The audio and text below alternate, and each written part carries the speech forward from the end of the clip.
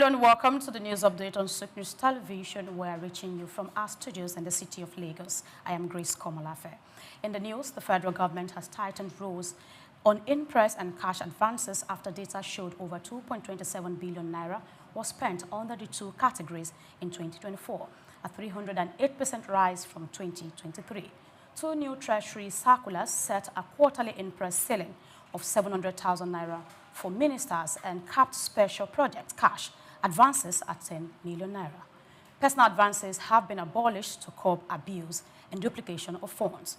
The Accountant General warned that breaches could attract sanctions, with in-press holders now required to open dedicated operational accounts and submit monthly retirement reports.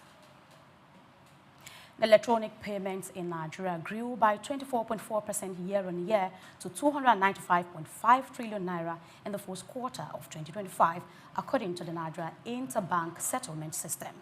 Cashless transactions rose from 237.1 trillion naira in the same period of 2024, highlighting the increasing adoption of digital payments.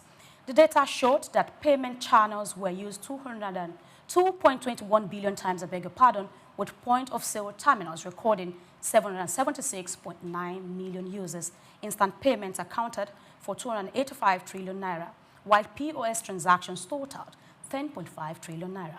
Experts say growth reflects a maturing payment landscape as real-time transfers become widely accepted. Nigeria recorded 7.9 billion real-time transactions in 2024, ranking among global leaders in digital payments alongside India, Brazil, and China. Away from that, Minister of Power Adebayo Adelabo has warned that Nigeria's power sector could face imminent collapse unless urgent liquidity support is provided to offset a 4 trillion naira debt owed to power generation companies. Speaking at a meeting with President Bola Tinubu and power industry leaders, Adelabo urged partial debt repayment while verification continues, stressing that without support, generation shutdown could cripple the economy.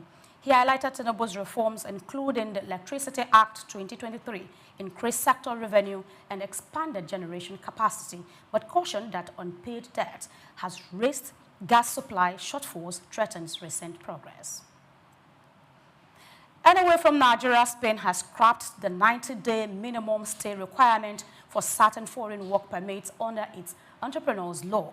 The change allows authorities to issue permits valid for less than 90 days for categories such as the EU Blue Card, highly qualified professionals, researcher, and intra-company transfer permits.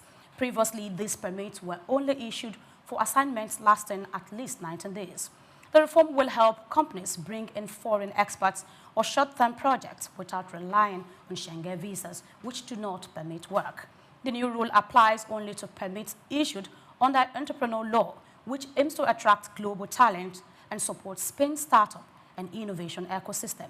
Standard work permits under the general regime remain subject to the 90-day rule. And now, South Korean Finance Minister Ko Yoon-sil will meet U.S. Treasury Secretary Scott Bessent this week to negotiate a trade deal before an August 1 deadline to avoid U.S. tariffs on key export. Ko said Seoul has prepared a proposal focusing on long-term cooperation, including shipbuilding. Hanwha's group has submitted a major U.S. investment plan tied to its Philly shipyard operations. Multiple South Korean ministers are in Washington for talks with U.S. officials as both countries meet to reach a mutually beneficial trade agreement. And wrapping up the story, President Bola Tinubu has honored the Super Falcons with national awards, cash prizes, and housing allocations after their 2025 WAFCON victory in Morocco.